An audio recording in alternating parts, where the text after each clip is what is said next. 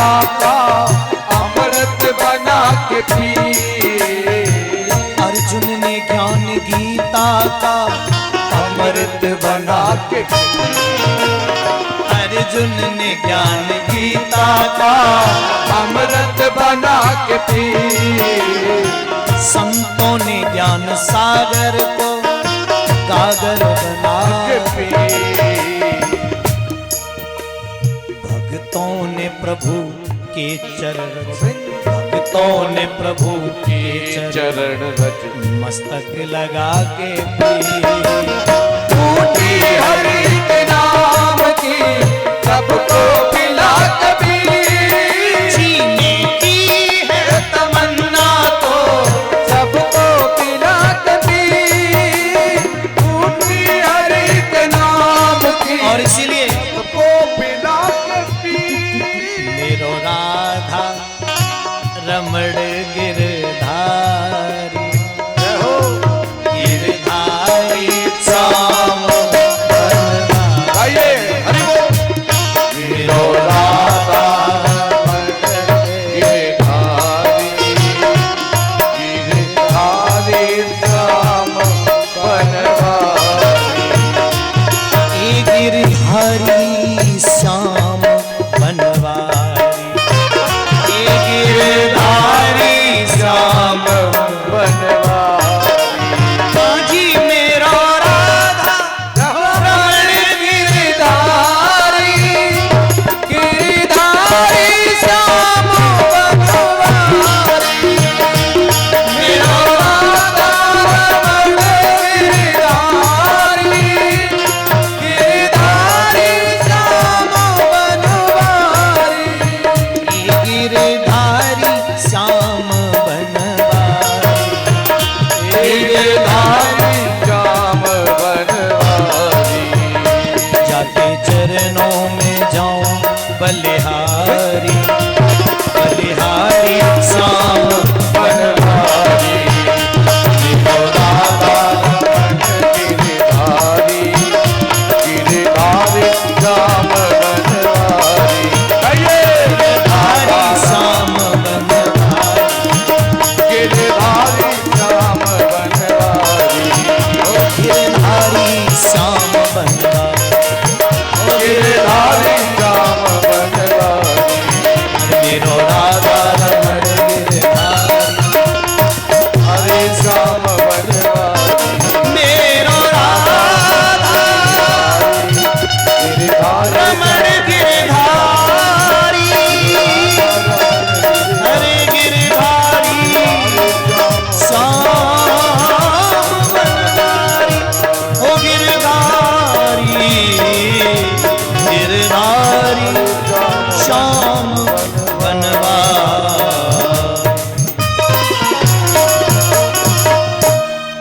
बोले गोविंद भगवान की जय। जय जय श्री श्री राम। राधे श्याम। पांडाल के अंदर उपस्थित श्री राधे भगवान श्री गोविंद की सुंदर कथा श्रवण करने आए सभी भक्तगण, दूरयांचल से उपस्थित सभी श्रोता बंधु, बुजुर्ग माताएं बहनें भैया, मंच पर आसीन सभी संत भगवान, जिनके चरणों का आशीर्वाद हम सब पर बना रहे। श्री हनुमान जी महाराज को कोटि कोटि नमन। परमात्मा सत्ता में विश्वास रखने वाले सभी श्रोता बंधु,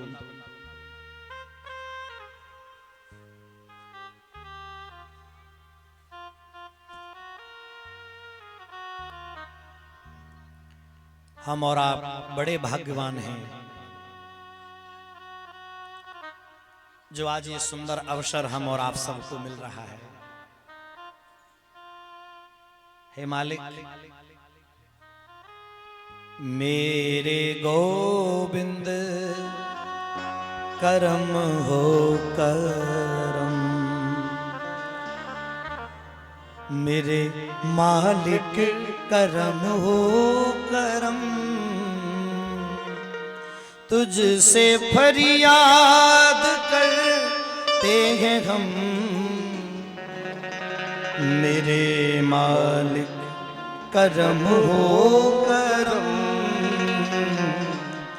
मेरे मोहन करम हो करम, मेरे मालिक करम हो। भाग्योदेन बहुजन्म समझतेन सत्संगम च लवदे पुरुषो यदावय, अज्ञान हेतु कृत मोह मदांध कारणासम, विदाय ही तदोदयते विवेकः। न जाने कितने जन्म का पुण्य उदय होकर ये कथा मिलती है। एक जन्म का नहीं, भाग्योदेन बहुजन्म, बहुत से जन्मों का पुण्य हमें हर चर्चा देता है। और हम लोग इतने भाग्यवान हैं जो हमें ये सुंदर अवसर मिल रहा है। तो मेरी जहां तक आवाज पहुंच रही है, सबसे अनुरोध करूंगा, सब पधारे। और खैर ये स्थिति सबको मालूम है। जब मैं गांव की गलियों से निकलता हूं, उधर से जब एटा से आता हूं, उधर जाता हूं मैं, तो हर आदमी मुझे रोक करके कहता है कि लल्ला बारिश ने समय गड़बड़ कर दिया। सब व्यस्त रहते हैं क्योंकि समय ऐसा ताड़ का समय है। फिर भी आप जो समय निकाल रहे हैं, बहुत आनंद। आप कथा प्रसंग बहुत अच्छा श्रवण कर रहे थे। मैं अनुरोध करके चलूं आप सबसे, श्री रामचरितमानस हमारे और आपके जीवन की कथा है। श्रीमद् भागवत कथा में राम कथा थोड़ी सी आई है। 1-1.5 घंटे बोलूंगा केवल मैं, और उसके बाद में फिर सज्जनों सूक्ष्म करके फिर कृष्ण कथा में आना है, क्योंकि ज्यादा है नहीं राम कथा। जितनी भी है उतनी है आनंद की। और मैं सच कहूं, आप सब मन से सुनेंगे तो बहुत आनंद आने वाला है। प्रसंग चल रहा था, आप लोगों को मैं उसी प्रसंग से जोड़ दूं। उससे पहले मैं एक छोटी सी बात कहना चाहूंगा।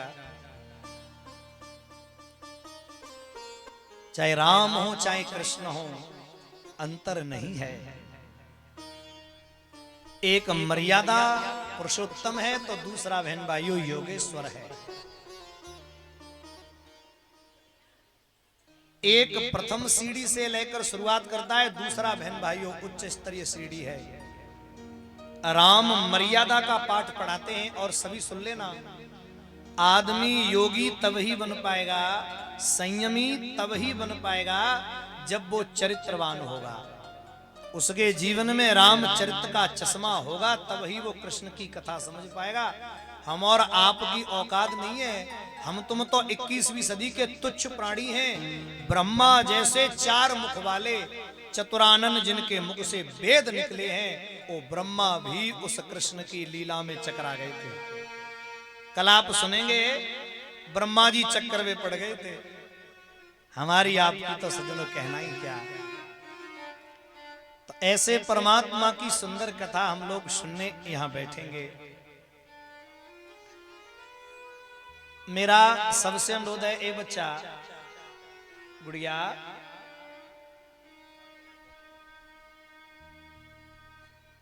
मेरा लाडला, कोई बात मत करियो, ठीक है बेटा?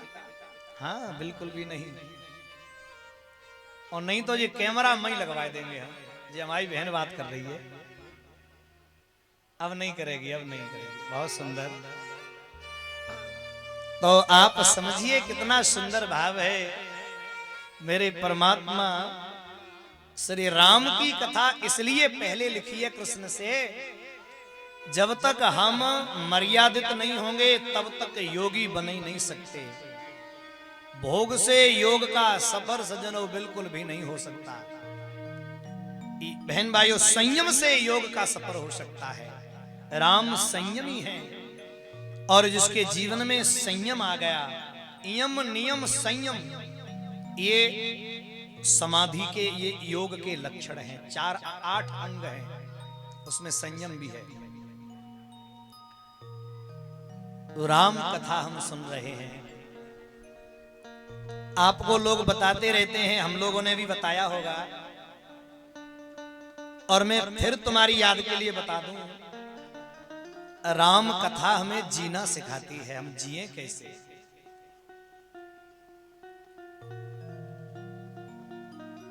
एक एक चौपाई रामचरितमानस की हमारे जीवन को झकझोर देती है। अगर वास्तव में हम श्रोता हैं और समझ रहे हैं तो, और खाली गाना बजाना सुनने आए तो फिर कोई मतलब नहीं है। तो प्रसंग चल रहा था, मैं वहीं से प्रारंभ करूं, आपको वहीं से श्रवण कराता हूं, बड़े मन से सुनना। भैया रामचरितमानस हमें केवल एक सीख देती है, अपने जीवन को संभालिए। एक छोटी सी बात बताकर मैं आगे बढ़ूंगा। राम कथा हम लोग सुन रहे हैं बड़े आनंद से। प्रसंग चल रहा था, विश्वामित्र राम जी से कह रहे हैं, बेटा ये जनक नंदिनी जानकी की वजह से ये चिट्ठी आई है। नहीं चल रहा था।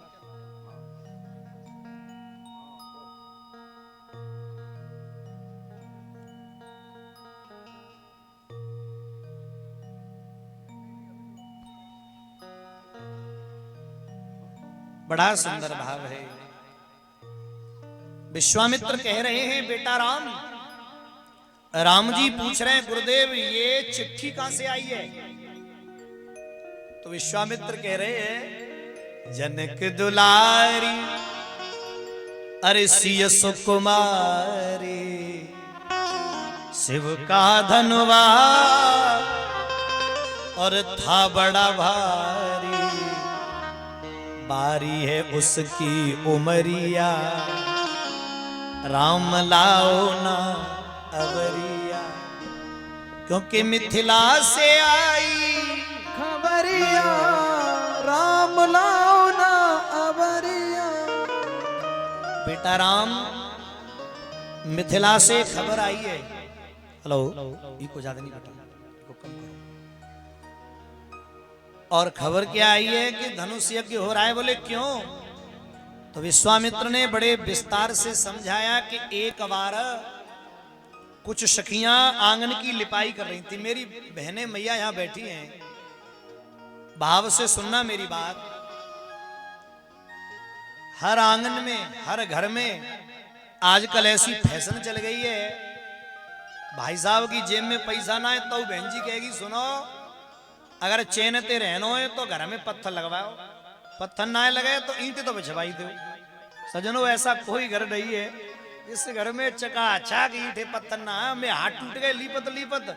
मैं सच बता रहा हूं, जिनके घर में आज भी गोबर से लिपाई होती है, उनके घर में सैकड़ों बीमारियां घुसने से डरती हैं।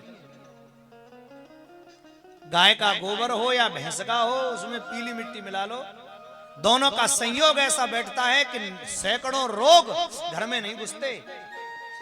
और जहां पक्को ही पक्को है, चकाचक फिनाइल ते लीप दो, मक्खी बने बना रही है, तमाम रोग सज्जनों उस घर में प्रवेश कर जाते हैं। लिपाई होनी चाहिए। पहले की माताएं लीपो करती, एक हाथ से लीप रही हैं, एक हाथ से साड़ी संवार रही हैं, ढंगते लीपती। आजकल की लिपाई खत्म है, और सुनो पूरा आंगन लीप देती। मजाल का जो एक डेलू गिर जाए, और कछ कछ ऐसी होती, एक खटिया पर लीपती, पूरा मुंह सान लेती जो कर करके। वो पाए हो सके ऊपर है। हाँ तो कहने का आनंद धन्य है। मां जानकी ने देखा कि सखियों ने पूरा आंगन लीप दिया, लेकिन धनुष के नीचे लिपाई नहीं करी है। तो सीता ने सहज अवस्था में धनुष को उठाकर गोबर से लीप डाला। शाम को जनक जी पधारे, ए सिया, ए सखियो, यहाँ धनुष के नीचे किसने लीपा? सीता आ रही थी, हंस के बोली मैंने। जनक बोले तुमने? बोले हाँ तुमने बेटा। जनक महाराज कपने लगे खड़े खड़े। ये शिव का धनुष से कोई हिला नहीं सकता था, एक जरासी बच्ची ने उसको उठाकर लीप दिया। मुझे ऐसा लगता है मेरे घर में साक्षात पराम्बा जगदम्बा जगत जननी आ गई है, शक्ति आ गई है। और शक्ति तो शक्ति पुरुष कोई मिलनी चाहिए, इसलिए घोषणा कर दी, जिस महावीर की महाछटा ये धनुवा तोड़ गिराएगी और उसी वीर से निर्विरोध जानकी विवाही घोषणा कर दी सज्जनों। आहा, इसलिए राम जनक दुलारी ऋषि सुकुमारी शिव का धनुवा था बड़ा भारी, बारी है उसकी उमरिया राम लाओ ना। इतना सुंदर आनंद है। राम जी धनुष यज्ञ सुने रघुकुल ना था, हर्ष चले मुनिवर के साथा, हर्ष कर चले हैं भैया श्री राधे। और बड़े प्रसन्न होकर के जैसे ही मेरे भाई बहन चले तो मार्ग में क्या देखा, ऋषि आश्रम सी कोई पुण्य स्थली। राम ने भैया ज्ञान थोड़ा ज्ञान बढ़ाओ, एक शिला देखी पत्थर की, ऋषि आश्रम सी कोई पुण्य स्थली, पर आज लगे उजड़ी उजड़ी। एक बाग देखा जिसमें कोई पशु पक्षी नहीं है।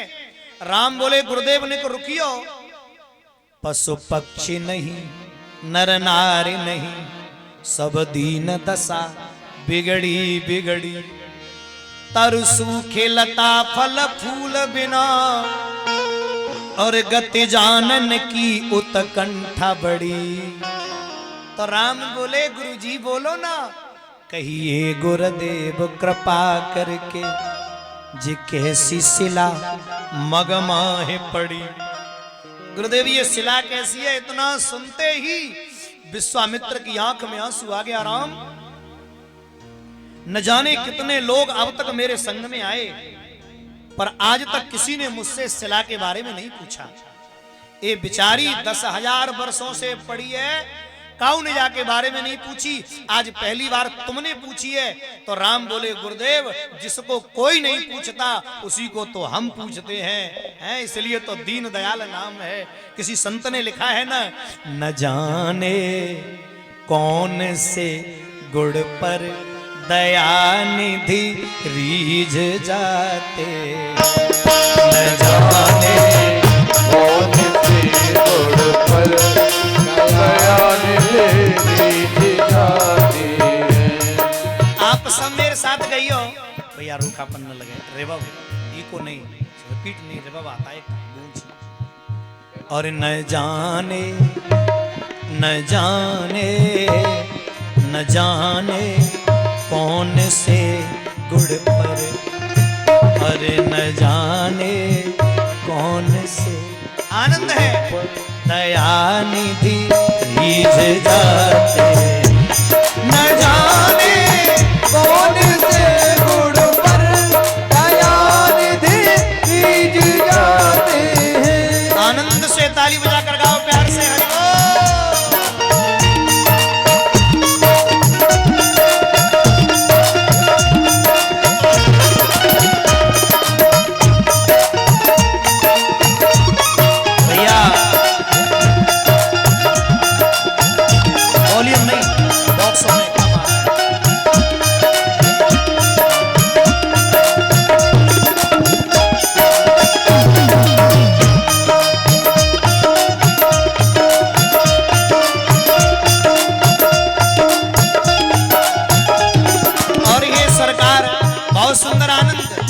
न जाने कौन से गुड़ पर दयानिधि रीझ जाते हैं, क्योंकि वो मेरे राम न रोए वन गमन में श्री पिता की वेदना सुनकर, न रोए वन गमन में श्री पिता की वेदना सुनकर।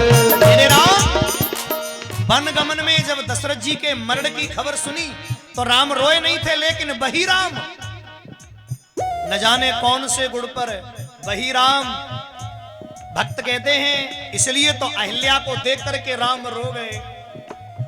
अरे उठाकर गीत को निज गोद में आंसू बहाते हैं, न जाने कौन से गुड़ पर दयानिधि रीझ जाते हैं। और सबसे प्यारी बात, सबसे प्यारी बात बताऊं नेक्स्ट ट्रेवल, न आए मधुपुरी से जो गोपियों की व्यथा सुनकर, न आए मधुपुरी गोपियों की व्यथा सुनकर।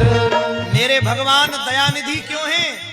गोपियों की व्यथा सुनकर मथुरा से वृंदावन नहीं गए, लेकिन वही कृष्ण जब द्रौपदी ने बुलाया, द्रौपदी के बुलाने से हरि तो ले ही आते, न जाने कौन से गुण पर दया निधि जाते हैं। यही हरि भक्त कहते हैं, यही सद ग्रंथ का न जाने कौन से गुण पर दया निधि जाती नहीं स्वीकार करते हैं और निमंत्रण नृप सुयोधन का। और वही मेरे कृष्ण, वही विदु रानी के छिलकों को खाकर के अगाते हैं, न जाने कौन से गुण पर दया रिझ जाते हैं। राम जी ने पूछा, गुरुदेव ये शिला कौन है? तो विश्वामित्र की आंखें भर आई, विश्वामित्र रो गए। गौतम नारी श्राप बस, बेटा ये गौतम की नारी ओहिल्या है, उपल देह धर धीर है। ये अहिल्या चरण कमल रज चाहती, कृपा करो रघुवीर। पानी तो पी लो करो ढंग। ये गौतम की नारी अहिल्या है, गौतम नारी श्राप बस, ये श्राप के कारण ये पत्थर बन गई है। बोले सरकार श्राप कैसा? तो जितने श्रोता बैठे हैं अब थोड़ा गंभीरता से सुनना। सज्जनों श्राप क्यों लगा, किस कारण लगा, मैं बताता हूं। देखिए अहिल्या को मैं दोष नहीं लगा सकता, मेरी बाणी इतनी सबल नहीं है जो इतनी महान नारी के बारे में मैं कुछ बोल पाऊं, लेकिन इतना जरूर कहूंगा अहिल्या में कोई दोष नहीं था। क्यों? क्योंकि अहिल्या पचकन्याओं में आती है। और पचकन्या कौन कौन सी हैं? द्रौपदी, कुंती, मंदोदरी, तारा और अहिल्या, ये पचकन्या है, इनमें कोई दोष नहीं है। इनका नाम लेने से घर पवित्र हो जाता है। लेकिन ऐसा क्या हो गया जो उस अहिल्या के जीवन में ऐसा कलंक लग गया? तुम्हें समझाऊं भाई बहन, जितनी मेरी मैया भैया बैठे समझना मेरी बात जो कहने जा रहा हूं।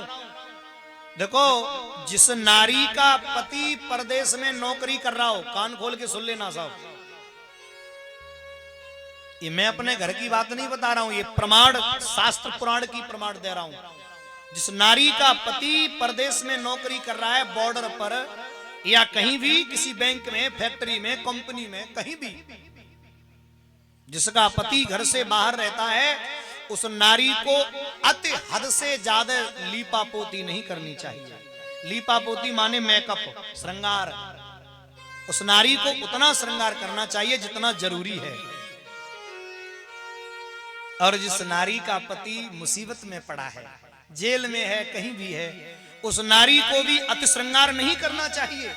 सुहाग का श्रृंगार करे चलेगा।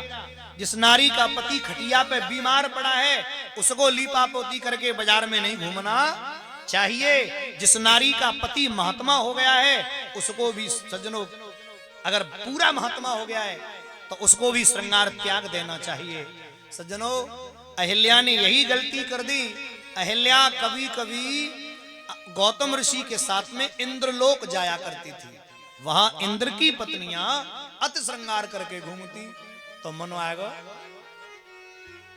और अहिल्या ने भी श्रृंगार कर लिया। और सुनो, पहले से इतनी सुंदर ऋषि की पत्नी, ऊपर से श्रृंगार, इंद्र की नजर बहन भाइयों पड़ी तो इंद्र का मन बिगड़ गया। भाई बहन इसी को बोलते हैं। ध्यान रखना भाई बहन, इंद्र का मन बिगड़ गया और इतना नहीं बिगड़ा, अपने मित्र चंद्रमा को लेके इंद्र आया और उसने आकर के सजनों छल कर दिया। कैसे? 12 बजे बांग लगा दी। और गौतम ऋषि का नियम क्या था मालूम है?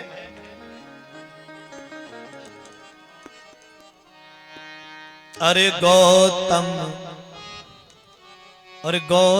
ऋषि का यही तो नियम था,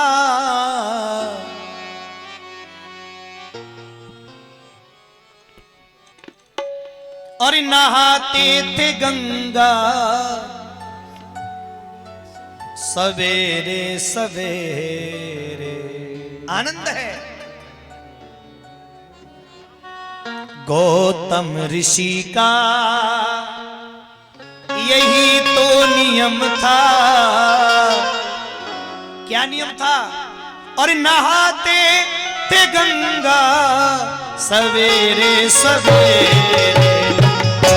गौतम ऋषि का यही तो नियम था। सभी गाइए प्यार से। यही तो नियम था। नहाते थे गंगा सवेरे सवेरे। ओ गौतम ऋषि, गौतम ऋषि का यही तो नियम था। गौतम ऋषि का यही तो नियम था। अरे नहाते थे गंगा सवेरे सवेरे।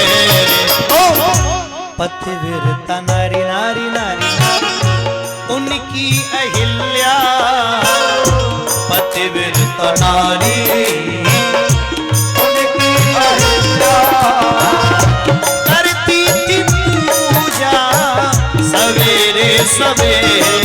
प्यारे गौतम ऋषि का यही तो नियम था। मेरे भाई बहन समझिए, नहाते थे गंगा सवेरे सवेरे। और गौतम ऋषि जो नहाने पहुंचे, आनंद से ताली बजाकर गाना है हरि बोल।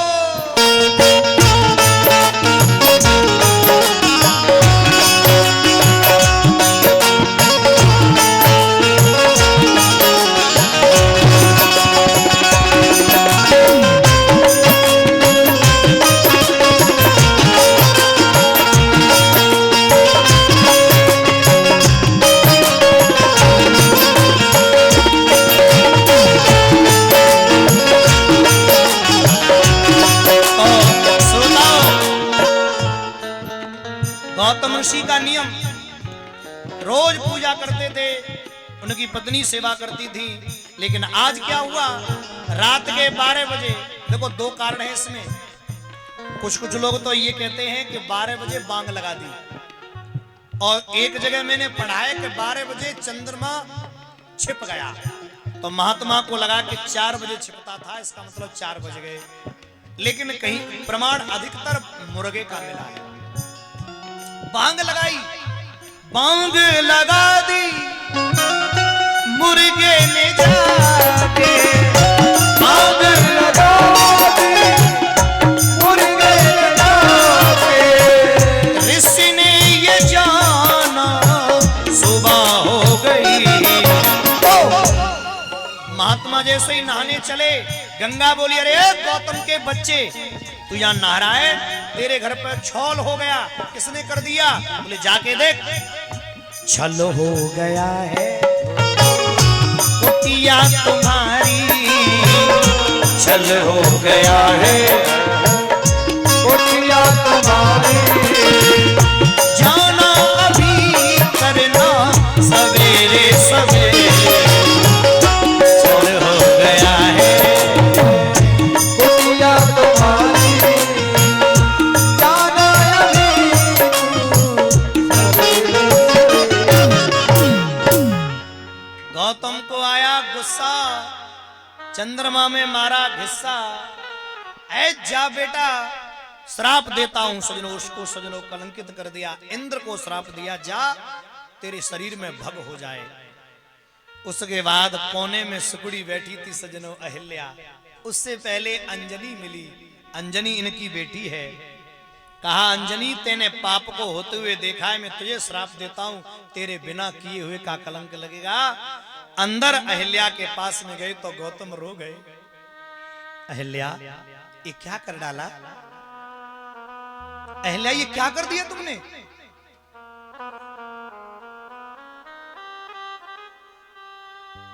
अहिल्या तुमने अनर्थ कर दिया। मुझे बरसें हो गई अपनी संस्कृति को बनाने में। मैंने कितनी मेहनत करी, आश्रम बनाया, अपना नाम बनाया, अपनी शोहरत बनाई, इज्जत बनाई, प्रतिष्ठा बनाई, मान बनाया, सम्मान बनाया, और आज तुमने एक पल में सबको चकनाचूर कर दिया। तुमने अपने पति की मर्यादा को तोड़ दिया है अहिल्या। अगर तुम मेरी पत्नी पतिव्रता थी तो तुम्हें कम से कम ये सोचना चाहिए था, मेरे पति गौतम है, पराये में और अपने में अंतर समझना चाहिए था। तुम्हारा पतिव्रत धर्म कहां गया? श्राप देता हूं अहिल्या, तुम पत्थर की हो जाओ। तो अहिल्या ने हाथ जोड़कर कहा सरकार आप मुझे पत्थर का कर दीजिए, मंजूर है, लेकिन आपको कहां डालना है? कहां? बोले मुझे चौराहे पर पटक दीजिए, क्योंकि निंदक नियरे राखियो आंगन कुटी छवाय, तेल बिना साबुन बिना ये निर्मल करे सुभा। तेल बिना साबुन बिना ये निर्मल करे सुभा। मुझे चौराहे पर पटक दो, जितने लोग देखेंगे थूकेंगे, मेरा पाप कम हो जाएगा। और सुनो, पाप को जितना गाओगे ना पाप उतना ही कम होगा, और धर्म को जितना गाओगे धर्म भी उतना ही कम होगा। मैं सभी श्रोताओं से अनुरोध करूंगा, एक बात गौर से समझ लेना, धर्म को गाना नहीं चाहिए और पाप को करके छिपाना नहीं चाहिए। हम लोग क्या करते हैं, 10 रुपया दान करे आए तो जय हो मेरे जैसा, जय हो जय हो, बहुत बहुत सुंदर बात ना। हमने याद करी, आप जो है बहुत बिजी हो गए। अच्छा अच्छा अच्छा अच्छा, मेरे शिवराज चाचा का मेरे जीवन में बड़ा महत्व रहा है। मुझे आगे बढ़ाने में इन लोगों के बड़े हाथ रहे, मुझे हाथ का उठाकर बढ़ाया है। बहुत बहुत सुंदर।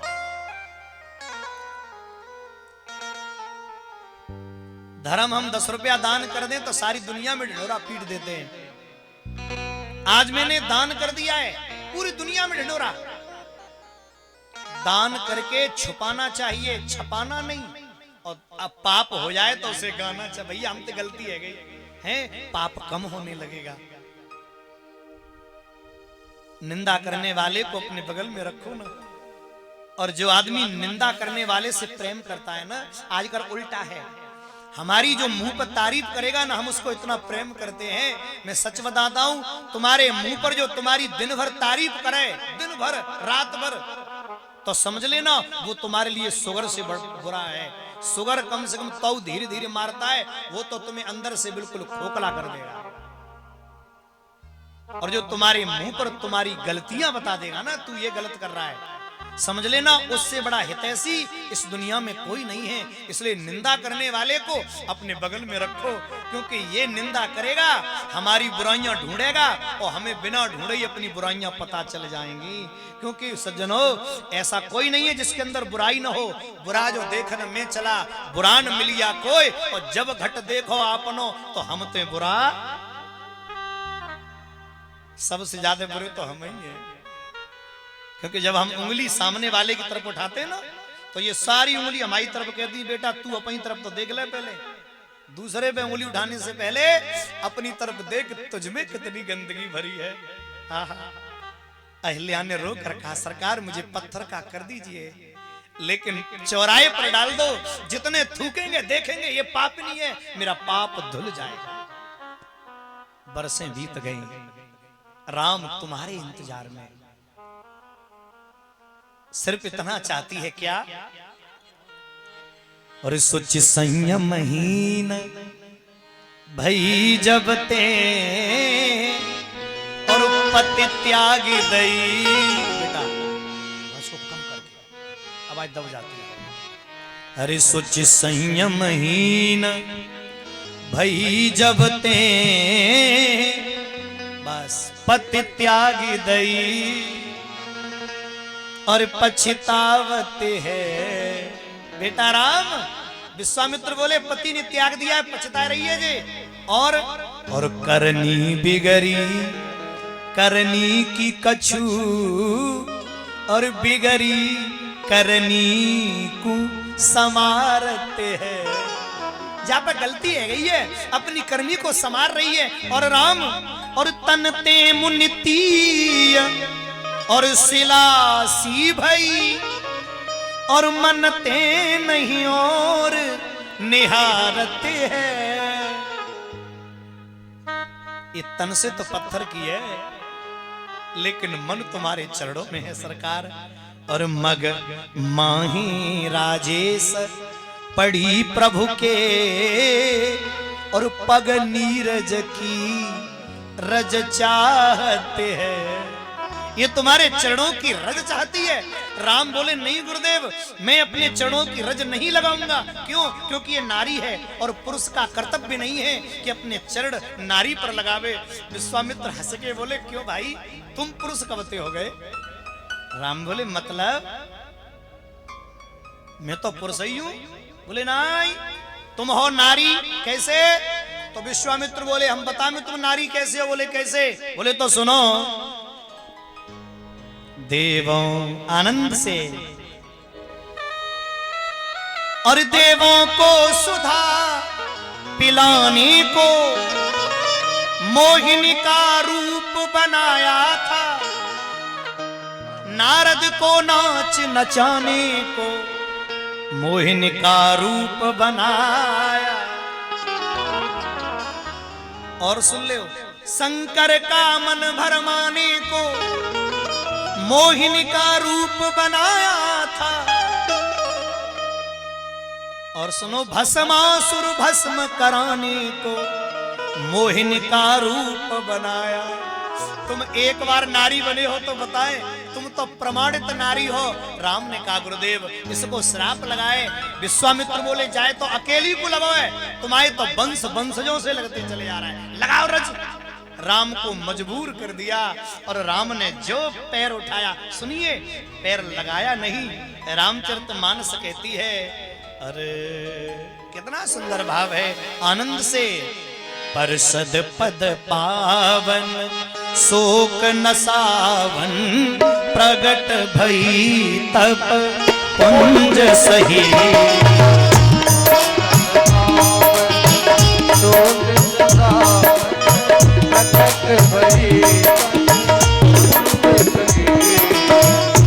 राम ने जैसे ही पैर ऊपर किया हवा चली और रज अहिल्या के ऊपर। अच्छा पहले मैं तुम्हें यह समझा दूं जी हवा तभी क्यों चली, बाद में चल जाती, पहले चल जाती। जब मेरे राघव ने पैर उठाया हवा तब ही क्यों चली? कारण एक बार भगवान रघु, राजा रघु एक बार अपने नगर में घूम रहे थे सज्जनों। राम जी के वंशज पूर्वज कुछ माताएं एक पेड़ के नीचे खेतों में से काम करके थक गई तो अपने आराम कर रही, हवा चल रही थी। महाराज रघु घूम रहे थे चिंता लेने के लिए। इतनी तेज हवा चली कि बिचारियों के सर से पल्लू उड़ गया और वो पल्लू उड़ा तो वो शर्म के मारे, राजा के शर्म के मारे घुटने में सर देकर बैठ गई। तो महाराज रघु ने धनुष पर बाण चढ़ाया, कहा है पवन आज के बाद तू मेरे रघुवंश के बस में चलेगा। जिस समय हमें जरूरत होगी हम तुझसे आदेश करेंगे। पवन डर गया और सज्जनों कहा, बोले प्रभु चिंता न करें, उसी दिन से ये पवन रघुवंश के बस में चलता था। तूने मेरी बहनाओं की इज्जत इन्हें शर्मिंदा कर दिया असमय चल के। तो सज्जनों रघुवंश के समय पर मैं निवेदन करता हूं, समय पर बारिश होती थी, समय पर सज्जनों पवन चलता था, समय पर सर्दी पड़ती थी, समय पर गर्मी पड़ती थी, समय पर बरसात होती थी, हर चीज समय पर। तो राम जी ने कहा है पवन देवता मैं भी रघुवंशी हूं, मेरा निवेदन है कि तुमने के चली जाओ, अपने आप रगड़ लग जाओ। और ऐसे ही पवन चला, उड़ करके रजा हिल्या पर लगी। और देखत रघुनायक जन सुखदायक, सनमुहि हो करी जोर रही।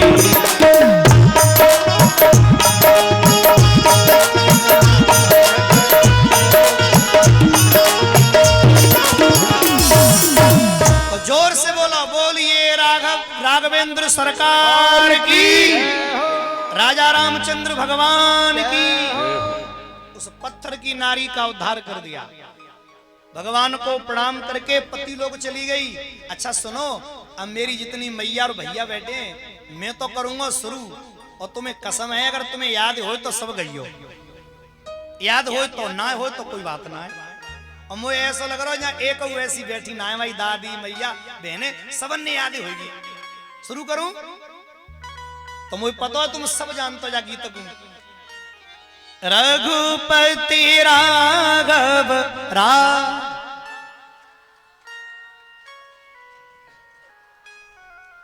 नहीं रुको, सीताराम नहीं, अभी ब्याह कौन होगा, सीताराम अभी तो पतित पावन है। बोलिए पतित पावन भगवान की। उस पतित को पावन कर दिया, और सीताराम जब ब्याह हो जाएगा तब करेंगे। हाँ, अभी तो पतित पावन है। आगे प्रसंग आता है, चले राम लक्ष्मण मुनि संगा, और गए बहा जहा पावन गंगा। तो जोर से बोलना पड़ेगा, बोल गंगे मैया की। अच्छा सुनो, राम जी गंगा में क्यों नहाए? उनके तो चरणों से निकली है गंगा।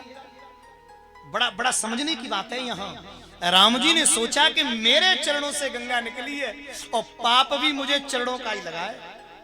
अरे भाई मैंने रज लगाई है अहिल्या में, एक नारी पर चरणों की धूल लगाई है, तो पाप भी चरण रज का लगा है मुझको। इसलिए मैं उसी गंगा में स्नान करूं जो मेरे चरणों से निकली है, तो मुझे चरण रज का पाप छूट जाएगा। तो राम ने गंगा में स्नान किया। मैं हाथ जोड़ूंगा अपने बुजुर्गों से, भाइयों से, जो भी गंगा स्नान करने जाते हैं, एक बात का ध्यान रखना, अगर तुम जी सोच के जाते हो कि पाप दूर रह जाएगा तो भूल जाइयो। गंगा ठेका ना ले लो सबको कि तुम जो है मां पाप करो, हम डुबकी मारे आओ ना। गंगा में स्नान करने से करे हुए पाप दूर नहीं होते। फिर आप सोचोगे फिर क्यों नहाते हैं, हम बताएंगे तुम्हें। हमारे बड़े बूढ़े बैठे सब जानते हैं, हम जब रास्ता पे चलते हैं ना तो चींटी मरती है कि नहीं? चींटी मरती, चींटा मरते, सजनों मक्खी और मच्छर तो हम तुम खुद मारते। खेतों में पानी देते तो मरते, आग लगा दी फूसों में मां मरे गए। ये जो अनजाने के पाप इकट्ठे होते रहते हैं, गंगा मैया में वो सजनों दूर होते हैं। एक दिन गंगा ते एक ने पूछी, मैया तो में जो पूरी दुनिया नहाते जी, पाप कहाँ ले जाती है तू? गंगा बोली मैं अपने पास में नहीं रखती। बोले फिर? बोले मैं समुद्र को दे देती हूँ। समुद्र से पूछो भैया तू कहाँ ले जाए इतना पाप? गंगा जमुना सिंधु कावेरी नर्मदा गोदावरी, इतना पाप? बोले हम तो बादलों को दे देते हैं चकाचक।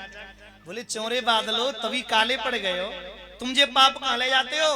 तो बादल हंस के बोले हम अपने पास नहीं रखते, कहीं ओले के रूप में, कहीं ओस के रूप में, कहीं बारिश के रूप में, कहीं तुषार के रूप में, जिनका है उन्हीं को वापस।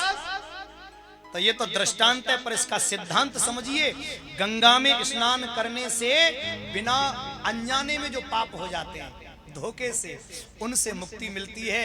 इसलिए अगर पास में हो तो रोज नहाना चाहिए, दूर हो तो 7 दिन, नेक और दूर है तो 1 महीना, और दूर हो तो 6 महीना में, और ज्यादा दूर हो तो 1 साल में, और बहुत ही दूर हो तो जीवन में 1 बार गंगा नहाना ही चाहिए।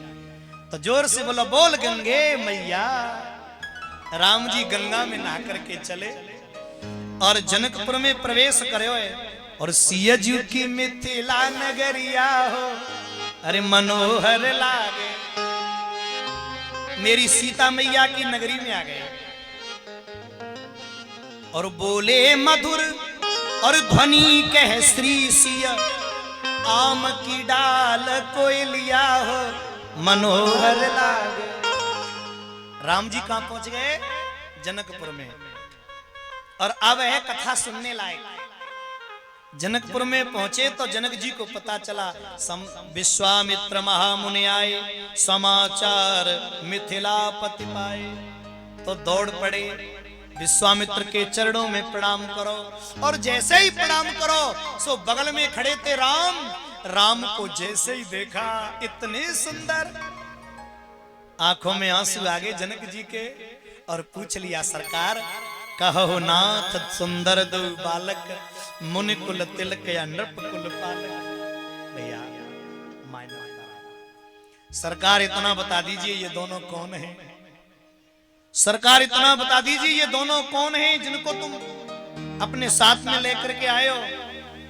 तो विश्वामित्र के मुंह से निकल गया, ये दोनों दशरथ के ढोटा। जनक जी ये दोनों दशरथ के पुत्र हैं। एक बात कहूं ना मैं आपको, देखिए जो मैंने पढ़ा है वो तुम्हें बता रहा हूं। मैंने मानस पीयूष में एक दृष्टांत पढ़ा है। महाराज दशरथ राम के बारे में सुनकर के चेहरा क्यों उतर गया?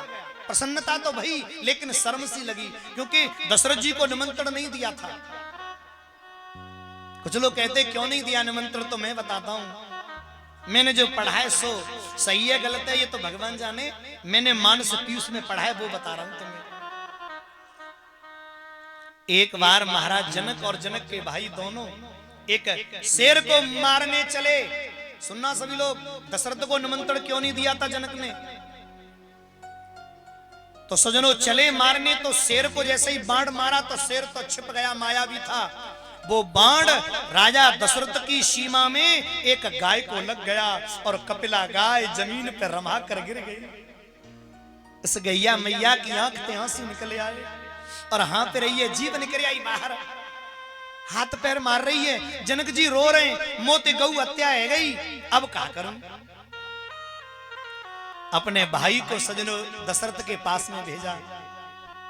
उस समय मेरे महाराज दशरथ पूजा की थाली सजाकर मंदिर में पूजा करने जा रहे थे। जल का लोटा हाथ में था। जनक के भाई को देखा, अरे आइए, आप जनक के भाई हैं? बोले हाँ। अरे कुशध्वज आइए, क्या हुआ? बोले सरकार हमारे भैया जनक के हाथों से आज एक पाप हो गया है। क्या? आपके राज्य में एक गौ हत्या हो गई है।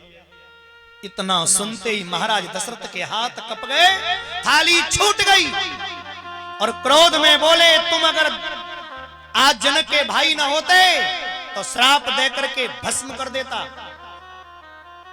अरे सुनिए,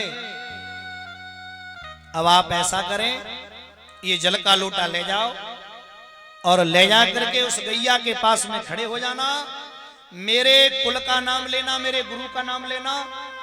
सुपच आ रहा था। जनक के भाई बोले मैं नहीं कर पाऊंगा, तो सुपच को बुलाया। एक मेहतर राजा के राज्य में सफाई कराए, भैया तू सुने, ले लोटा ले जा और मेरे गुरुजी को नाम लियो, मेरे कुल को नाम लियो, मेरे पिता को नाम लियो और गैया पे छोड़ देना। तो वो मेहतर झाड़ू तो फेंक दई, लोटा लेके निकलो। ऐसा मानस पीयूष रामायण में लिखा है, मैं नहीं कह रहा अपने घर की, उसमें मैंने पढ़ा, वो मैं तुम्हें बता रहा हूं। तो सजनों उसने जैसे ही जल का लोटा लिया, रघुवंश का नाम लिया, विश्वामित्र गुरु वशिष्ठ का नाम लिया, अयोध्या का नाम लिया, और जैसे ही मेहतर ने जल छोड़ा, बहन भाइयों को गैया उठ के खड़ी हो गई। महाराज जनक बोले, ओहो, इस राज्य के मेहतर में भी इतनी शक्ति है जो एक गाय को ठीक कर सकता है। जब सीता के धनुष की बात आई तो जनक थोड़े शर्मा गए कि अगर मैंने निमंत्रण भेजो और महाराज फिर भय बिजी, और फिर अगर कोई मेहतर आएगा तो धनुष तोड़ देगा, मेरी छोरी का फिर उनके लिए विवाही जाएगी, इसलिए निमंत्रण ही नहीं दिया। अब ये कितना सत्य है मानस पीयूष जाने, मैंने उसमें पढ़ा, वो तुम्हें बता दिया। तो भैया अब महाराज जनक ने, और देखो यहाँ एक बड़ी अच्छी बात, माताएं आप भी सुने, भाई लोग आप भी, सीता है भक्ति, परमात्मा है ब्रह्म, दशरथ और जनक जी है ज्ञान। तो गौर से सुनना, सदैव ब्रह्म भक्ति के महल में रुकता है। तो सीता के महल में तो राम को रोक दिया, अब सीता कहां जाए? तो सीता को उस महल से हटाकर और महाराज ने अपने पास रोक लिया। भक्ति ज्ञान के पास रहती है। रात भर मेरे राम जी रुके, अपने गुरु के पैर दबा रहे हैं, ये संस्कार है। कल एक भजन गाया था हमारे भाई साहब ने, बिटिया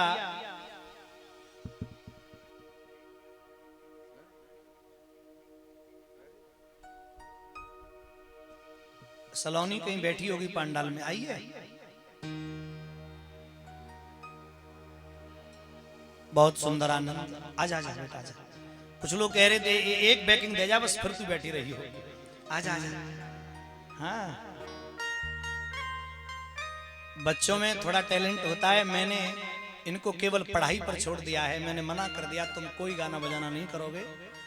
तो कबों को मनो आया तो एक भैया भी हमारे उमेश भैया ने कहा बिटिया एक गा दे, तो मेरे साथ तू बैकिंग कर दियो बस। तो आनंद से मेरे साथ गुनगुनाना।